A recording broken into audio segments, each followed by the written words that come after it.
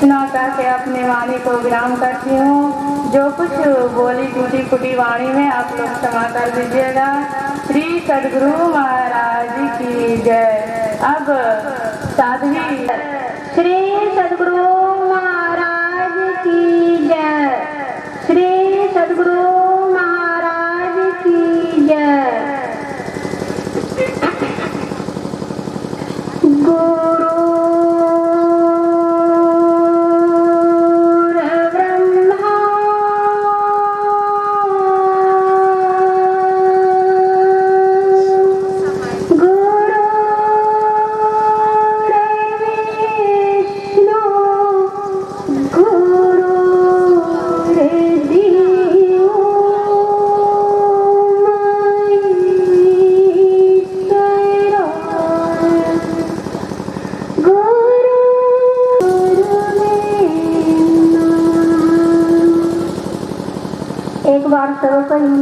जोरदार शब्दों में जय घोष लगाए गुरु महाराज जी का। श्री सद्गुरु महाराज की जय।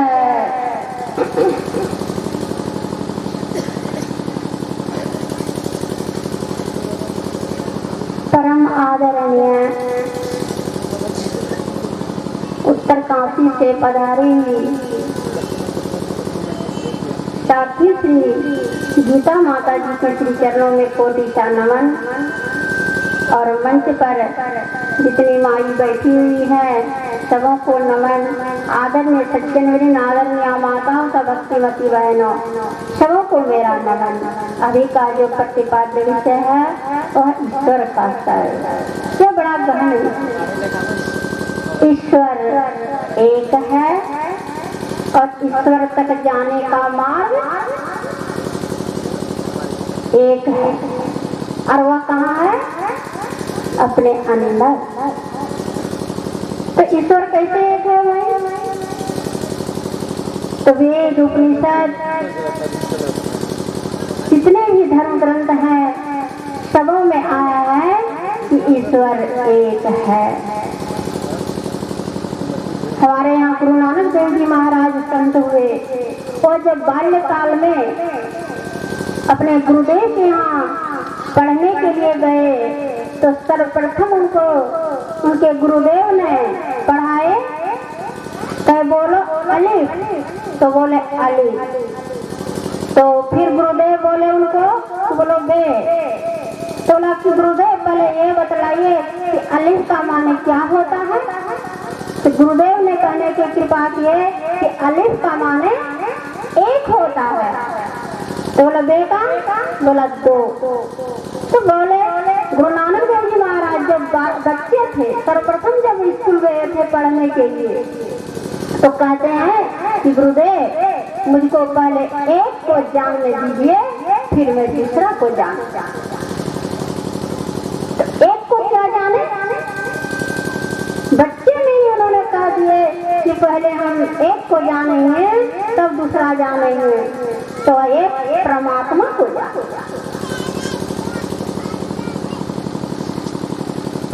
जिस तरह के हाथी के पद चिन्हों में सब जानवरों के पद चिन्ह समा जाते हैं उसी तरह एक ईश्वर की भक्ति में सबकी भक्ति हो जाती है।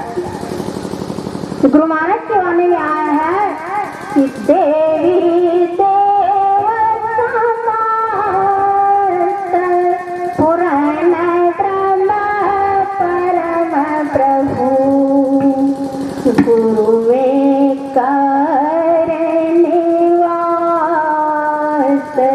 कहते हैं संत सबू। ईश्वर का नाम है गुरु है। तो हम अगर गुरु की पूजा कर लेंगे तो सबकी पूजा हो जाएगी। तो ईश्वर एक है और उनको लोग बहुत नामों से पुकारते हैं। कोई ब्रह्म कहते हैं, कोई अल्लाह कहते हैं, कोई गॉड कहते हैं, कोई टिटिन कहते हैं, कोई जेवहा कहते हैं और बहुत सारे नाम तो उनको पुकारते हैं। शिव कहते हैं, विष्णु कहते हैं, राम कहते हैं, रहीम कहते हैं, कृष्ण कहते हैं, दुर्गा, काली और बहुत सारे नाम हैं जो उनको पुकारते हैं। लेकिन देशांतर के चलते भाषांतर तो होता है, लेकिन तत्वांतर नहीं है। तो तत्वांतर कैसे नहीं है, तो एक रोचक कथा के द्वारा हम लोग समझें। एक बार 3 बच्चा सड़क के किनारे खेल रहे थे। एक व्यक्ति उधर से जा रहे थे तो उस बच्चे के खेल को देखकर बहुत प्रसन्न हुए और प्रसन्न होकर के कुछ पैसे दिए कि जा तुम लोग कुछ खाना। अब वो तीनों बच्चा पैसा देख करके नाचने लगा और कहता है, एक बच्चा कहता है कि मैं हिंदवाना खाऊंगा, दूसरा बच्चा कहता है कि मैं वाटरमेलन खाऊंगा और तीसरा बच्चा कहता है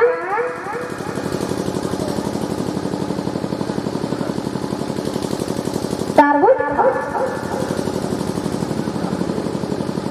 तो तीनों 3 भाषा के बोलने वाले थे।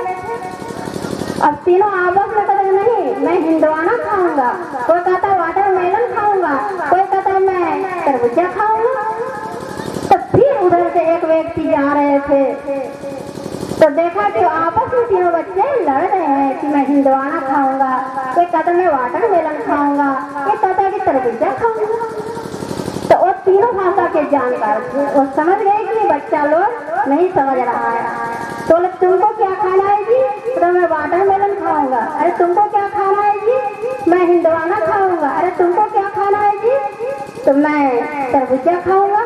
तो लाओ पैसे, वो पैसे लेकर के चले गए बाजार और तरबूजा खरीद लिए और तौलिया में ढक करके 3 टुकड़ा करके ले आए।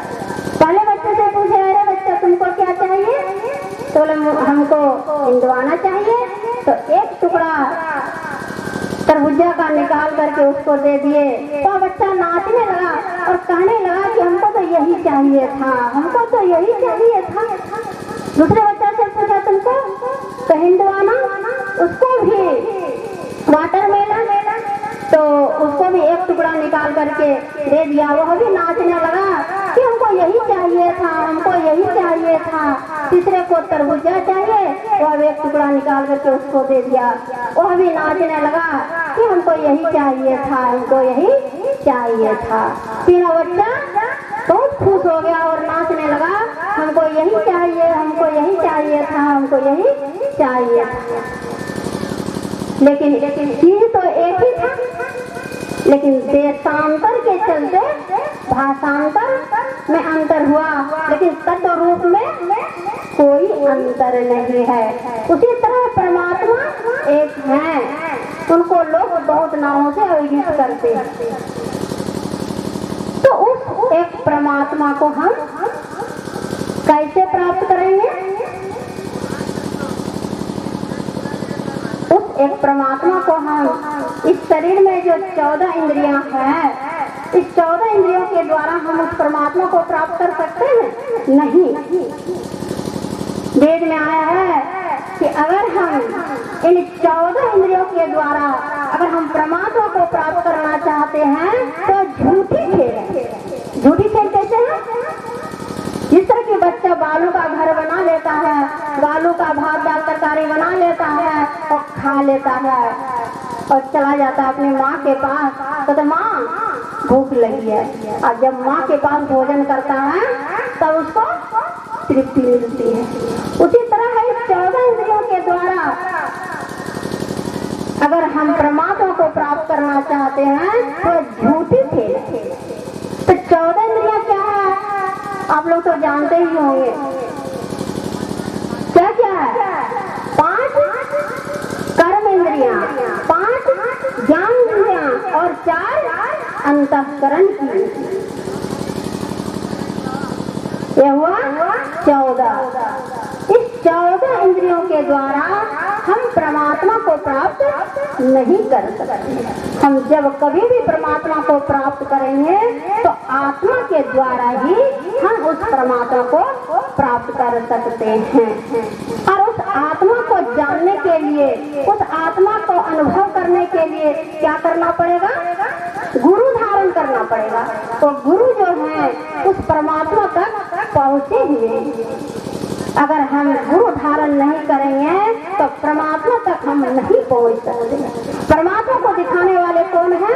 तो गुरु। तो गुरु जिनके जीवन में गुरु नहीं, उसका जीवन शुरू नहीं हुआ। तो गुरु धारण करेंगे तो उसके पहले गुरु महाराज का आदेश और उपदेश को मानना पड़ेगा। उनका आदेश उपदेश क्या है कि सत्संग नित और ध्यान नित रहिए, करत संलग्न हो, व्यभिचार चोरी नशा हिंसा झूठ तजना। अब वेद में भी आया है कि आप अगर परमात्मा को जानना चाहते हैं, प्राप्त करना चाहते हैं तो सर्वप्रथम क्या करना पड़ेगा? सत्संग करना पड़ेगा। तो सत्संग नित और ध्यान नित संलग्नता के साथ करना पड़ेगा और पंच पाप से बचना पड़ेगा। तब हम उस परम पवित्र परमात्मा को प्राप्त कर सकते हैं। पवित्र बर्तन में ही ना हम पवित्र चीज को रखते हैं। अगर दूध हम लाए हैं तो गोबर के बर्तन में रखेंगे नहीं, सोचेंगे नहीं धोया हुआ बर्तन, पवित्र बर्तन भी चाहिए। उसी तरह परम प्रभु परमात्मा बड़ा ही पवित्र है और उसको हम प्राप्त करना चाहते हैं तो हमको भी कितना पवित्र होना पड़ेगा जिसका वर्णन। उन्हीं के जैसा परम पवित्र होना पड़ेगा, तब हम उन परम पवित्र परमात्मा को हम प्राप्त करेंगे। तो परम पवित्र हम कैसे होंगे? अभी हम लोग सुन रहे थे कि पंच पाप से बचना पड़ेगा। व्यभिचार चोरी नशा हिंसा झूठ तजना। तो पहले हम लोग जानते हैं कि पंच पाप है जानते हैं, लेकिन पाप करते भी हैं और कहते हैं जानते भी हैं। तो समझते नहीं है कि क्या करना चाहिए और क्या नहीं करना चाहिए। तो व्यभिचार किसको कहते हैं? हम लोग जानते नहीं करते कि किसको कहा जाता है व्यभिचार, किसको कहा जाता है चोरी। तो फिर हम लोग करते रह जाते हैं। तो व्यभिचार किसको कहते हैं?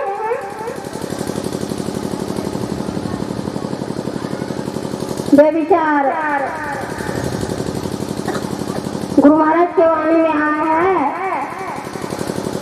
कि पैराई नारी को देखो माता सदृश अपना। पैराई नारी को देखो माता सदृश अपना।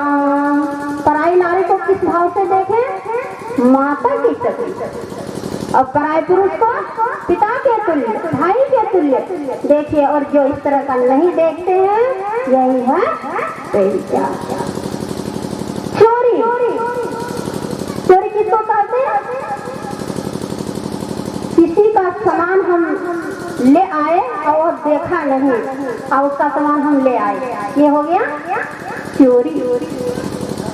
व्यभिचार चोरी नशा तो आप सब कोई जानते ही हो। भांग, तंबाकू, दारू, ताड़ी, गांजा, भांग, अफीमा सब क्या है? नशा। दारू, गांजा, भांग, अफीमा सहित सब सजना पड़ेगा। और दारू पीने वाले को देखे हैं? दारू जब पी लेता है तो उसके जैसा बड़ा आदमी संसार में कोई नहीं है। वो अपने घर में जाकर माँ बहन को नहीं पहचानता, ये मेरी माँ है कि बहन है कि पत्नी, तो परमात्मा को पहचान सकेगा। इसलिए खान पान का सबसे पहले परहेज होना चाहिए। खान पान को प्रथम समारो, तब रस रस और और जिसका खान पान का समार नहीं है वह भगवान परमात्मा को प्राप्त नहीं कर सकता। क्योंकि दारू पीने वाला भी परमात्मा को प्राप्त कर सकता है, कभी नहीं लेगा, कभी नहीं। नशा सेवन तो कभी करना ही नहीं चाहिए। खाए मांस और मदिरा पाना। रावण रावण क्या करते थे? खाए मांस और मदिरा पाना। अब भगवान श्री राम क्या थे? समझे? शाकाहारी, फलाहारी। लेकिन जीत किसकी हुई? भगवान श्री राम की जीत हुई। क्या मांसाहारी का जीत हुई? दारू गांजा भांग खाने वाले की जीत हुई? नहीं। व्यभिचार, चोरी, नशा, हिंसा। हिंसा के बारे में कल हम लोग माता जी से सुन रहे थे कि अष्टघातक, आठों को बराबर पाप लगता। अब फिर भी हम लोग मांस मछली पर ही जोर लगाते हैं। हिंसा तो कभी करना ही नहीं चाहिए। अहिंसा परमो धर्म। कबीर साहब की वाणी है कि जगत में चार, जगत में चार सुअर है भाई, जगत में चार सुअर है भाई। पहला सुअर सुअर है भाई, पहला सुअर है भाई, जो खेत खलिहान की करे सफाई। दूसरा सुअर मुर्गी भाई, दूसरा सुअर मुर्गी भाई, जो गली कुची का करे सफाई। तीसरा सुअर मछली भाई, तीसरा सुअर मछली भाई, जो नदी तालाब की करे सफाई। कहे कबीर सुनो भाई साधु, चौथा सुअर मानव भाई। चौथा सुअर कौन है? महाराज की जय, श्री सद्गुरु महाराज की जय।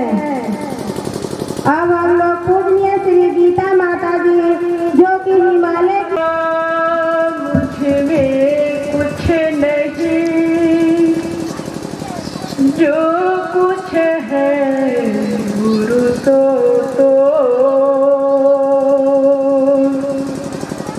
तेरा तुझको सौंपता। क्या लगेगा गुरु को तेरा तुझको सौंपता। क्या लगेगा गुरु को। श्री सद्गुरु महाराज की जय, श्री सद्गुरु महाराज की जय, श्री सद्गुरु महाराज की जय। यह संतमत का सत्संग है। संतमत सत्संग के माध्यम से ईश्वर भक्ति का प्रचार होता है। ईश्वर भक्ति में ही प्राणी मात्र का, मानव मात्र का कल्याण निहित है।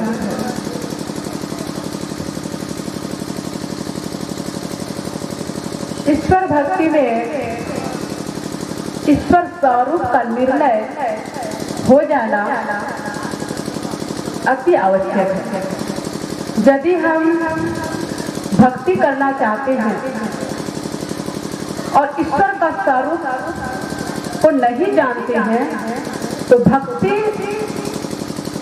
करनी वैसा ही निष्फल होगा जैसे कि कोई राही रास्ते तो चलते हैं किंतु मंजिल और मकसद का पता नहीं। उसी तरह ईश्वर स्वरूप के जाने बिना भक्ति हम यदि करते हैं तो हमारा निष्फल भक्ति निष्फल जाएगा, भक्ति करना निष्फल होगा। इसलिए ईश्वर स्वरूप को जानना अति आवश्यक है। संत भक्त सत्संग के माध्यम से ईश्वर स्वरूप को जनाया जाता है और ईश्वर स्वरूप को जानना अति आवश्यक है। संत मत बतलाते हैं ईश्वर क्या है, ईश्वर का स्वरूप क्या है। तो जब हम वेदाध्ययन करते हैं, उपनिषद आदि ग्रंथों को पढ़ते हैं, सुनते हैं, संत वाणियों को पढ़ते हैं तो हम पाते हैं कि ईश्वर सर्वतः अनंत है, अनादि है, अज है, असीम है, अगोचर है, सर्वव्यापक है और सर्वव्यापकता के भी परे। ईश्वर स्वरूप का सत्य है। हम लोग रोज पाठ करते हैं कि जो परम तत्व आदि अंत रहित असीम अजन्मा अगोचर सर्वव्यापक और सर्वव्यापकता के भी जो परे है उसे ही सर्वेश्वर सर्वाधार मानना चाहिए। वह ईश्वर अनंत होने के कारण वह ईश्वर एक ही एक है। 10, 20, 50 ईश्वर नहीं है। हम जो मानते हैं 10, 20, 50 देवी देवताओं की पूजा करते हैं तो 10, 20, 50 ईश्वर नहीं है। ईश्वर एक ही एक है। आप वेद को पढ़ के देखिए, आप पाएंगे उसमें आया है एकम सद्विप्रा बहुधा बदंती। मैं एक हूँ, मुझे लोग अनेक नामों से पुकारते हैं।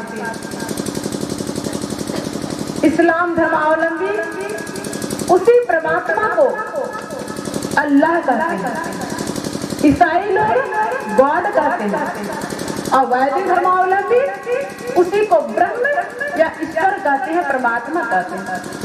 चीनी लोग तितिन कहते हैं, फारसी लोग और मज्ज कहते हैं। अनेक नामों से हम पुकारते हैं। हम वैदिक धर्मावलंबी भी ईश्वर को बांट दिए।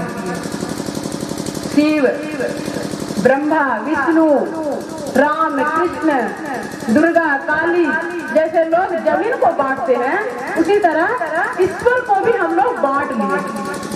हम कहते हैं हमारा ईश्वर राम है, इस्लाम धर्मावलंबी कहते हैं कि हमारा अल्लाह है, हमारा भगवान अल्लाह है। ईसाई लोग कहते हैं कि हमारा ईश्वर गॉड है। तो जैसे जमीन को बांटते हैं उसी तरह हम लोग ईश्वर को बांट लिए, लेकिन वास्तव में ईश्वर एक ही एक। वेद काल को देख लिए, वेद में देख लिए एकम तद्विप्रा बहुधा बदंती। वे एक ही एक हैं किंतु हम अनेक नामों से उनको पुकारते हैं। वेद काल को छोड़ करके उपनिषद काल में आइए, उपनिषद को भी पढ़िए, उसमें भी आता है कि परमात्मा एक ही एक है। वायु अक्षेपो गुणम परविष्टो रूपम रूपम प्रति रूपो बहुआ एक तथा सर्वभूतांत आत्मा रूपम रूपम प्रति रूपो बहिष्ठ। वह एक ही अंतरात्मा, एक ही परमात्मा सभी रूपों में विद्यमान है। और इससे बाहर भी जिस प्रकार इस लोक में प्रविष्ट हुआ वायु, इस लोक में वायु मतलब हवा सभी रूपों में है, सब में हवा व्यापक है और सब में व्यापक होकर के भी हवा बाहर भी। देखिए एक फुटबॉल को देखिए आप, फुटबॉल में हम देखते हैं हवा का आकार गोलाकार हो जाता है, वही हवा बैलून में भर दीजिए, लंबा बैलून में, तो हवा का आकार लंबाकार हो जाता है। उसी हवा को गाड़ी का जो चक्कर है उसमें भर दीजिए तो हवा का रंग चक्राकार हो जाएगा।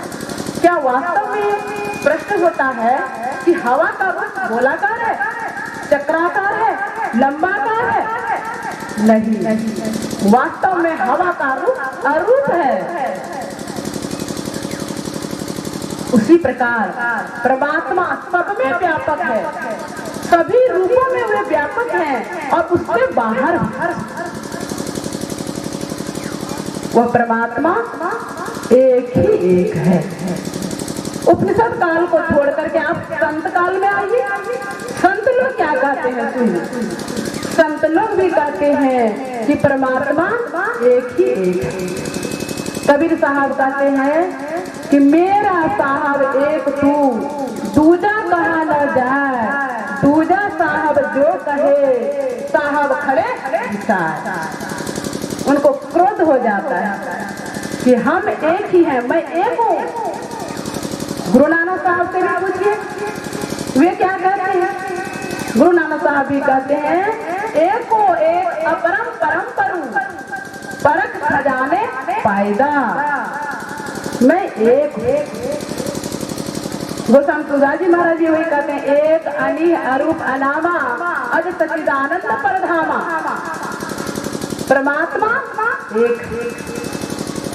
गोस्वामी तुलसीदास जी महाराज कहते हैं कि पात पात के चिटो अब बरी बरी के लौन, तुलसी खोटे चतुरपन कली दहके कहूं को न, पत्ता पत्ता में पानी मत डालो।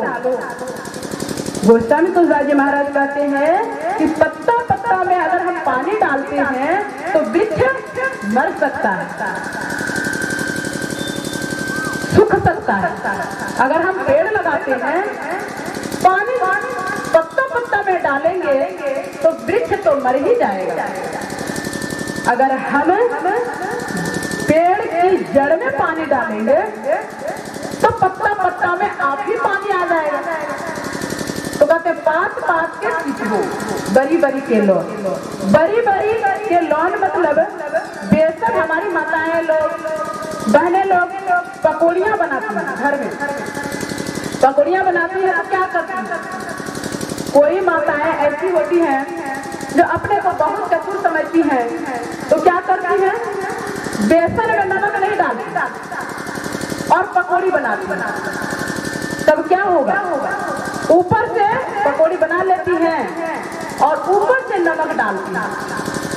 तो क्या होगा? किसी में नमक कम होगा, किसी में बेसी होगा और किसी में कम, मतलब कुछ भी नहीं होगा, बिना नमक का रह जाएगा।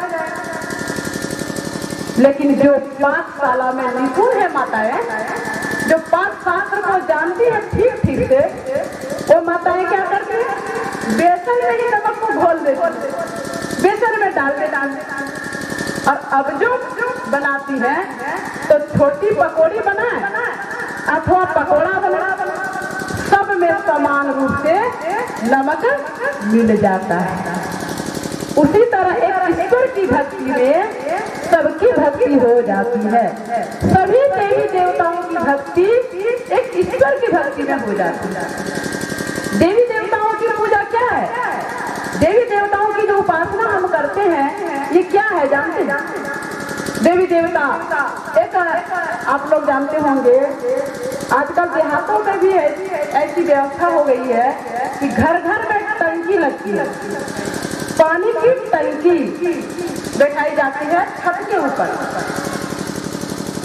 बाजार में तो विशेष करके छत पर टंकी लगी रहती है पानी की टंकी, और उसमें टूटी लगा दी जाती है, पाइप लगा दिया जाता है। जब आवश्यकता होती है तो पानी हम ले लेते हैं। तो अंदर में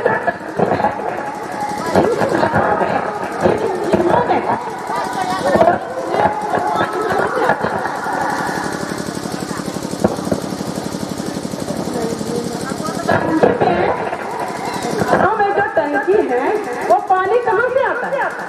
बोरिंग से आता है। जिनके घरों में बोरिंग से संबंध नहीं है, टंकी बैठाया है लेकिन बोरिंग से संबंध नहीं रखा, तो उस टंकी का पानी कभी सकता है, कभी कम हो सकता है। लेकिन जिन्होंने अपनी टंकी का मतलब कनेक्शन बोरिंग से कर लिया है, तो उनके घरों में उनकी टंकी में पानी कभी कम नहीं होगा, बराबर पानी भरा रहेगा टंकी।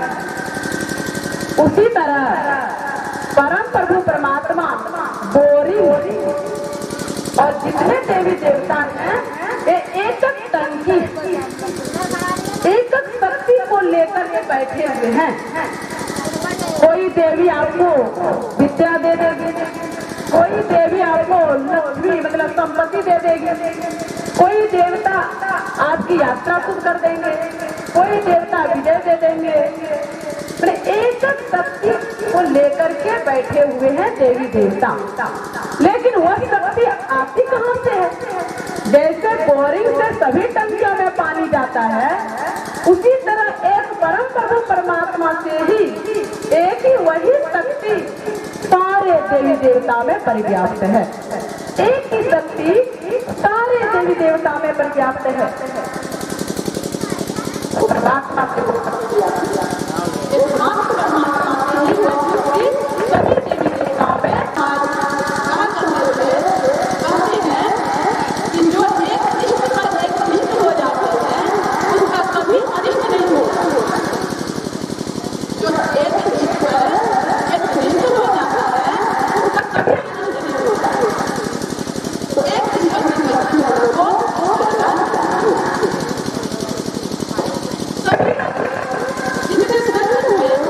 सभी लोग इनको मानते हैं, सभी की मान्यता है कि एक ही ईश्वर है। आप प्रश्न कर सकते हैं, रामायण जिन्होंने पढ़ी होगी तो उनको मालूम होगा कि गोस्वामी तुलसी जी महाराज अनेक देवी देवताओं की वंदना की है। तो आप लोग प्रश्न कर सकते हैं कि आप कहते हैं कि सभी संत एक इष्ट को ही मानने के लिए कहते हैं एक ही ईश्वर है, तो गोस्वामी तुलसी जी महाराज ने अनेक देवी देवताओं की वंदना, गणेश जी की वंदना, सरस्वती की वंदना किए हैं। ये कैसी बात हो गई? वे कैसे किए? ये तो एकनिष्ठ नहीं हुई, एकनिष्ठ नहीं हुआ। तो बात ऐसी है कि एक महिला है, एक साध्वी माता है जो पतिव्रत धर्म का पालन करती है। उस साध्वी माता के यहाँ सास है, ससुर है, जेठ है, जेठानी है, देवर है, देवरानी है, ननद है, नंदोई है, सब है। वो साध्वी महिला सभी की सेवा करती है, सास ससुर की भी सेवा करती है, जेठ और जेठानी की भी सेवा करती है, देवर और देवरानी की भी सेवा करती है, और यदि ननद और नंदोई आ गए तो उनकी भी सेवा करती। लेकिन वह साध्वी महिला पति की जो सेवा करेगी, पति से जो एकांतिक प्रेम है उस साध्वी महिला का, वो औरों से नहीं। पति की सेवा जो मनोयोग पूर्वक जो करेगी, औरों की सेवा उतनी नहीं करेगी, कर्तव्य पालन करेगी, लेकिन पति की जो सेवा वो मनोयोग पूर्वक करेगी, वह एक अलग सेवा वो करेगी। एकांतिक प्रेम एक अलग होगा, उसी तरह हम सारे देवी देवता जो हैं उनका सम्मान हमको करना चाहिए। सारे देवी देवता का सम्मान कीजिए, अपमान करने की आवश्यकता नहीं है, किंतु एक परमात्मा से प्रेम कीजिए। एक परम प्रभु परमात्मा से ही प्रेम करना कल्याण का मार्ग है। एक निष्ठ भक्ति हम लोगों को करनी चाहिए। परमात्मा एक है और इतने सूक्ष्म है परमात्मा सूक्ष्माति सूक्ष्म है। सूक्ष्माति सूक्ष्म होने के कारण परमात्मा से ऐसी कोई जगह नहीं है परमात्मा से खाली है। कोई ऐसी जगह नहीं है जहां परमात्मा नहीं है। परमात्मा सर्वव्यापक और सर्वव्यापकता के भी परे है, सबसे परे है। एक नवाब थे और नवाब के पास, नवाब मतलब होता है राजा, तो नवाब के पास एक काजी था। परमात्मा कैसे सर्वव्यापक है तो समझिए। नवाब के पास एक काजी था, तो नवाब ने एक दिन काजी से पूछा कि ऐ काजी, तुम ये बतलाओ कि अल्लाह कहाँ रहते हैं? अल्लाह कहाँ रहते हैं? अल्लाह किधर देखते हैं? अल्लाह क्या करते हैं? और अल्लाह मतलब किधर देखते हैं, क्या करते हैं, और अल्लाह कहाँ मिलते हैं? 4 प्रश्न। अल्लाह कहाँ रहते हैं, अल्लाह किधर देखते हैं, अल्लाह कहाँ मिलते हैं, और चौथा प्रश्न है कि अल्लाह किधर देखते हैं, नहीं अल्लाह क्या करते हैं। तो काजी ने कहा कि नवाब साहब, मैंने तो कानून की किताबें पढ़ी हैं, मुझे आध्यात्मिक ज्ञान नहीं, मैं नहीं बतला पाऊंगा कि अल्लाह कहाँ रहते हैं, कहाँ मिलते हैं, किधर देखते हैं, क्या करते हैं परमात्मा, ये मुझे जानकारी नहीं है। तो नवाब ने कहा कि देखो, तुमको मैं 7 दिन का समय देता हूँ। 7 दिन के बाद 8वें दिन यदि तुमने जवाब दिया, सही प्रश्न का जवाब दिया, तब तो ठीक है, तुम्हारे प्राण बच जाएंगे, नहीं तो तुम्हें प्राण दंड दिए जाएंगे, प्राण दंड दिया जाएगा यदि तुम जवाब नहीं देते हो। अब काजी का होश ही उड़ गया। मृत्यु की बात सुन करके काजी का होश उड़ गया कि अब क्या करना है।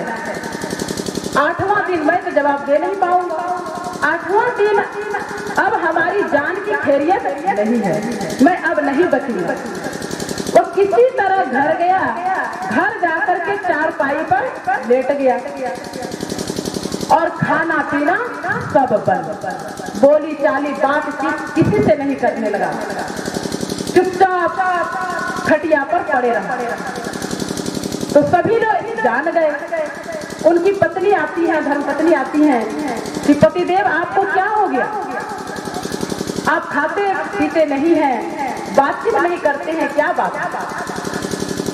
तो काजी ने कहा तुम सुन करके क्या करोगी, जाओ अपने काम धंधे करो। इस प्रकार सभी लोग धीरे धीरे जान गए। एक एक करके सभी मंत्री लोग, सभी जो थे घर के सदस्य लोग सभी आने लगे। बातचीत नहीं करते हैं, चारपाई पर लेटे लेटे पड़े रहते हैं। बात क्या, किसी को जवाब नहीं देते हैं। कहते हैं कि पूछ करके क्या करोगे, जाओ अपने काम धंधे में लग जाओ, अपना अपना काम को करो। एक काजी के यहाँ एक नौकर और नौकर का नाम था पाजी। वो पाजी को भी बात मालूम हो गई, वो भी आया, काजी के पास आया और पूछता है कि काजी साहब आपको क्या हो गया, खाना पीना क्यों छोड़ दिए, बातचीत क्यों छोड़ दिए, बातचीत करने के लिए क्यों छोड़ दिए। तो काजी ने कहा कि तुम सुन करके क्या करो, तुम जाओ अपना काम धंधा करो। तो काजी ने कहा, पाजी ने कहा कि नहीं काजी साहब, आप मेरा मालिक हैं, मैं आपका सेवक हूँ, हमारा कर्तव्य बनता है कि आपकी मैं सहायता करूं। आप बतलाएं कि आपको क्या दुख है, क्या तकलीफ है, मैं वैसा उपाय करूंगा जिससे आपको सुख मिले, शांति मिले। काजी ने कहा छोड़ो, तुम क्या करो, तुम क्या कर सकते हो, इन सब बातों को छोड़ो, तुम जाओ। तो पाजी ने अनुनय विनय किया कि नहीं, बतलाने की कृपा कीजिए, मैं अवश्य उपाय करूंगा, आप बतलाइए तो सही। अनुनय विनय करने पर काजी ने कहा कि ठीक है, तुम उपाय सोच दोगे, उपाय करोगे। बोला हाँ अवश्य करूंगा। बोले जानते हो यदि उपाय नहीं कर पाओगे तो जान नहीं बचेगी, मृत्यु दंड मिल जाएगा। पाजी ने कहा मेरी चिंता आप छोड़ दीजिए, आप मुझे बतलाइए कि आपको क्या कष्ट है। तो काजी ने कहा कि देखो, नवाब साहब ने मुझसे 4 प्रश्न किए हैं, 4 प्रश्न में उन्होंने कहा है कि परमात्मा कहाँ रहते हैं, परमात्मा कहाँ मिलते हैं, परमात्मा किधर देखते हैं और परमात्मा क्या करते हैं।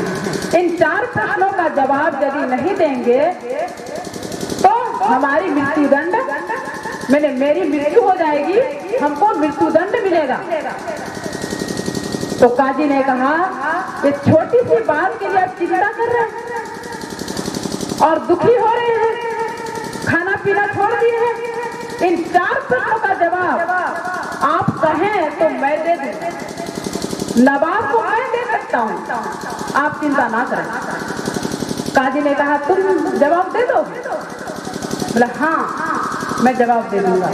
पाजी ने कहा, तो काजी ने कहा तुम क्यों ये संकट को मोल ले रहे हो, प्राण को संकट में क्यों डाल रहे हो, तुम यदि जवाब नहीं दे पाओगे तो मृत्यु दंड मिल जाएगा। पाजी ने कहा कि मेरी चिंता मत कीजिए, आप मुझे एक चिट्ठी लिख दीजिए, नवाब साहब के नाम से एक चिट्ठी लिख दीजिए, अपने नाम से नवाब साहब के पास कि हमारा नौकर पाजी जा रहा है, आपको जवाब देगा, 4 प्रश्नों का जवाब आपको मिल जाएगा। तो काजी ने एक चिट्ठी लिख दी और पाजी ने वो चिट्ठी लेकर के चला गया। नवाब के सामने कहता है कि नवाब साहब आप जो काजी साहब को प्रश्न किए थे काजी साहब से, वो मुझसे कीजिए, मैं जवाब दूंगा। तो नवाब ने कहा कि तुम जवाब देगा, तुम अपनी जान को क्यों खतरा में डाल रहा है, तुम चला जाओ, तुम तो नौकर हो, तुमको क्या मालूम, तुमको तुम्हारी जान मैं नहीं लूंगा, तुम जवाब नहीं दे पाओगे, तुम घर वापस जाओ। पाजी ने कहा नहीं, मैं आया हूँ और मैं जवाब दूंगा, आप प्रश्न कीजिए तो सही, पहले आप प्रश्न कीजिए, मेरी जान की चिंता मत कीजिए, आप प्रश्न कीजिए। तो नवाब ने कहा है तुम जवाब दोगे? बोला हाँ मैं जवाब दूंगा। तो प्रश्न था, पहला प्रश्न क्या था, नवाब ने पूछा कि बताओ कि परमात्मा कहाँ रहते हैं। तो पाजी ने कहा कि नवाब साहब एक धेनु गाय मंगाई, धेनु गाय के साथ बछड़ा हो, बछड़ा तो रहता ही है धेनु गाय के साथ, और गोपाल भी हो दूध दूने वाला, और एक 10 किलो का मटका मंगाई। राजा ही थे, तुरंत सारी व्यवस्था हो गई। धेनु गाय आ गई बछड़े के साथ, गोपाल के साथ, और 10 किलो का मटका भी लाए। पाजी ने कहा इसको दुहाइए, गाय को गोपाल को बोलिए दुहेगा। गाय धो लिया गया। 10 किलो का जो मटका था वो लबालब भर गया, लबालब भर गया। अब पाजी कहता है कि दूध मेरे पास लाओ भाई। अब दूध दुहाया और दूध अपने पास मंगा रहा है। कितना चतुर है तू। तो पाजी कहता है नवाब साहब, मैं अपने पास में दूध क्या करूंगा, मैं अपने पास दूध मंगा रहा हूं इसलिए कि आपको मैं जवाब दे रहा हूं। दूध मुझे नहीं चाहिए। आपका जो प्रश्न था कि परमात्मा कहाँ रहता है, उसका मैं जवाब दे रहा हूँ, समझिए। तो नवाब ने कहा क्या जवाब हुआ, ये तो कोई रहस्य, कोई मतलब जवाब तो नहीं हुआ। तुम्हारा ये रहस्य मैं समझा नहीं, क्या तुम कहना चाह रहा है। तो पाजी ने कहा आप समझे नहीं। तो नवाब ने कहा नहीं समझाओ। पाजी ने कहा कि देखिए नवाब, गाय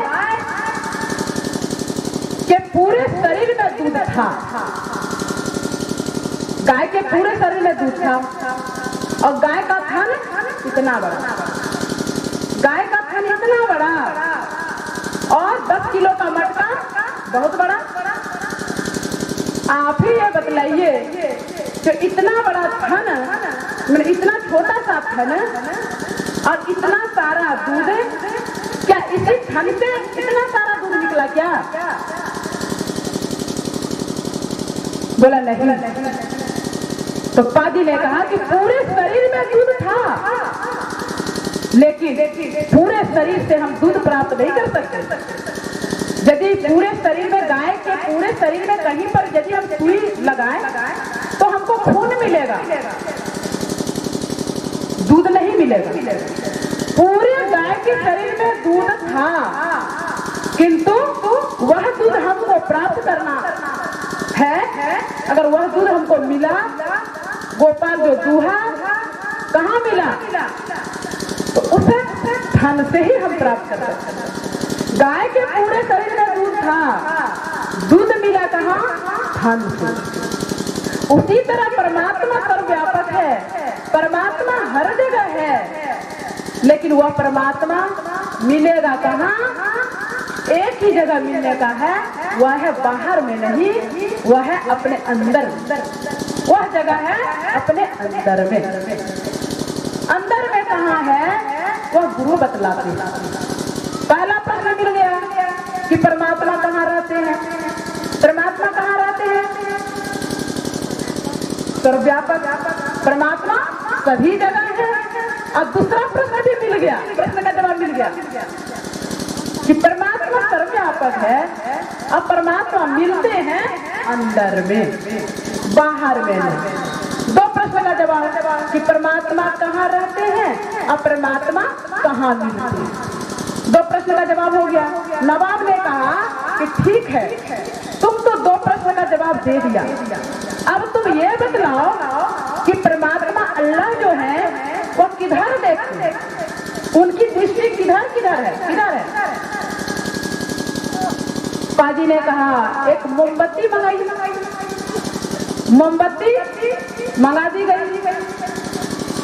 पाजी ने कहा उसको जलवाइए, उसको जला दिया गया मोमबत्ती को। नवाब साहब कहते हैं क्या हुआ है, रहस्य तो समझे नहीं, मोमबत्ती को जला दिया गया, इससे क्या जवाब मिला बतलाओ। पाजी ने कहा कि देखिए नवाब साहब, ये जो मोमबत्ती जल रही है इसका प्रकाश किधर किधर है तो बतलाइए। नवाब ने कहा मोमबत्ती का प्रकाश चारों तरफ, तो मोमबत्ती का प्रकाश चारों तरफ है नवाब साहब, उसी तरह परमात्मा की दृष्टि चारों तरफ है, उनकी दृष्टि हर जगह जाती है। हम लोग कर्म करते हैं, कर्म दो तरह का होता है, अशुभ कर्म। शुभ कर्म को हम तो जना के करते हैं कि शुभ कर्म करते हैं और ये भी मन में सोचते हैं कि लोग मुझे जान जाए कि फलना आदमी ने बहुत अच्छा काम किया। ये हम लोग जनाने के फेरा में रहते हैं। लेकिन अशुभ कर्म जो करते हैं, अशुभ मतलब जो खराब कर्म होता है, उस कर्म को हम छिपाते हैं, लोगों को नहीं जनाते हैं। अगर किसी को भनक पड़ गई कि फलना आदमी ने गलत काम किया है और यदि आप पूछेंगे कि आपने ऐसा काम किया है, तो झट से कह देंगे कि नहीं, मैंने ये काम नहीं किया। क्या किया? काम को छिपा लिया। अब परमात्मा की दृष्टि तो कहीं भी जाइए आप, गुफा की कंदराओं, पहाड़ की कंदराओं में या गुफा में कहीं भी आप कर्म कीजिए, उनकी दृष्टि तो हर जगह, वे तो देख रहे हैं, आप देख रहे हैं। और एक चित्रगुप्त मुनि भी रख लिए हैं, चित्रगुप्त नाम के मुनि भी रखे हैं, जो रात दिन लिखते रहते कि कौन कर्म, किसने कौन कर्म किया, कैसा कर्म है, सब वो लिखते रहते हैं। चित्रगुप्त। आप कर्म छिपा करके कीजिए या फिर दिखा करके कीजिए। तुलसी यह तन खेत है, मनवत कर्म किसान, पाप पुण्य दुई बीज है, बोए सो लोड़े निदान। तो ये तन तो क्या है? खेत के समान। खेत को किसान लोग क्या करते हैं? कोड़ते हैं, जोतते हैं, निकोनी करते हैं, घास फूस को हटाते हैं और इसके बाद क्या करते हैं? बीज बो देते हैं। बोते हैं ना बीज। अब बीज बोने के बाद और कुछ करते हैं? बीज बो देते हैं, इसके बाद क्या करते हैं? चौकी देते हैं। चौकी क्यों देते हैं? इसलिए चौकी देते हैं कि बीज जो हमने बोया वो अंदर हो जाए, चिड़िया न चुगे। चिड़िया के भय से बीज को ढकने के लिए चौकी दे देते हैं। और जब चौकी दे देते हैं तो हम एक मन बोते हैं अनाज, तो कई एक मन काटते नहीं। और यदि चौकी नहीं दें, बीज को चिड़िया चुग जाए तो हमको जो काटना चाहिए, जो होना चाहिए, एक मन बोए हैं तो आधा मन भी होगा कि नहीं होगा, बता ले। क्योंकि चिड़िया चुग गई तो कुछ कर्म जो अशुभ कर्म, गलत कर्म जो है, खराब कर्म को तो हम छिपा लेते हैं। छिपाने का मतलब क्या हुआ? चौकी दे दी। जब चौकी दे दिए, और ये भी हम जानते हैं कि चौकी देने से बीज अंदर हो जाता है। अब बीज जब अंदर हो जाता है, एक मन बीज बोते हैं तो कई एक मन काटते हैं, ये भी हम जानते हैं। और अशुभ कर्म हमने कर लिया और चौकी दे दी। चौकी दे दी तो सोचिए क्या होगा? एक गलत काम करेंगे तो कितना गुना फल मिलेगा। ये सब कोई जानते हैं कि अशुभ कर्म का फल क्या होता है? दुख होता है। अशुभ कर्म का फल क्या होता है? दुख होता है। और शुभ कर्म का फल सुख होता है। तो शुभ कर्म जो हमने किया, जना दिया, लोगों को जना दिया। जना देना मतलब क्या हुआ? चिड़िया को चुगा दिया।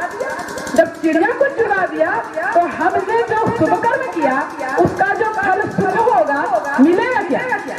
नहीं मिलेगा, क्योंकि परमात्मा की दृष्टि हर जगह है। आप कर्म छिपा करके कीजिए अथवा दिखा करके कीजिए, परमात्मा के पास कोई नहीं छिपता। परमात्मा के पास भी नहीं छिपता है और संत सदगुरु के पास भी नहीं छिपता। संत सदगुरु जानते हैं क्या है? ये विग्रह स्वरूप है, परमात्मा के विग्रह स्वरूप, सर्वेश्वर के विग्रह स्वरूप।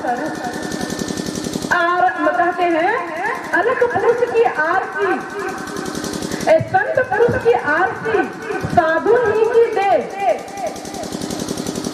लखा जो चाहे अलग को इन्हीं में लखे। संत और भगवंत में कोई अंतर नहीं। संत भगवंत अंतर नहीं कि मपी मति विमल कह दास तुलसी। कहते संत और भगवंत में अंतर नहीं, कुछ भी अंतर नहीं है। जैसे भगवंत सब चीज जान जाते हैं, उसी तरह संत भी सब चीज जान जाते हैं।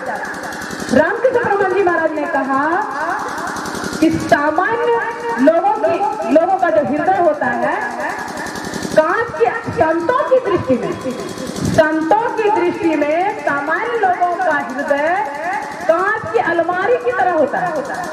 कांच की अलमारी में जो भी कुछ रख दीजिए आप सामान, बाहर से ही दिखेगा, देख लेंगे कि क्या अंदर में सामान रखा हुआ है। उसी तरह सामान्य जनों का हृदय संतों की दृष्टि में कांच की अलमारी की तरह है। आप बात को कितना हो छिपा लीजिए कि हमने गलत काम नहीं किया है, संसार से तो आप बच जाएंगे, यहाँ के कानून और विधान से तो आप बच जाएंगे, दंडित नहीं होंगे। लेकिन जिस दरबार का जो ये कानून है, जिस दरबार में कुछ छिपता नहीं है, सब देख लेता है कांच की अलमारी की तरह, वहां आप सदावार निश्चित होंगे, ये समझ लीजिए। छिपाइए आप कर्म को, इनको कोई मतलब नहीं है। कर्म करने के लिए आप स्वतंत्र हैं। भगवान श्री कृष्ण ने कहा कर्मण्येवाधिकारस्ते से मां फलेषु कदाचन, आप कर्म करने के लिए स्वतंत्र हैं, फल हमारे हाथ में। तो तीसरा प्रश्न का जवाब क्या मिला कि परमात्मा की दृष्टि हर जगह है। आप छिपा कर के कर्म कीजिए अथवा दिखा करके कीजिए, परमात्मा की दृष्टि पहुंच जाएगी।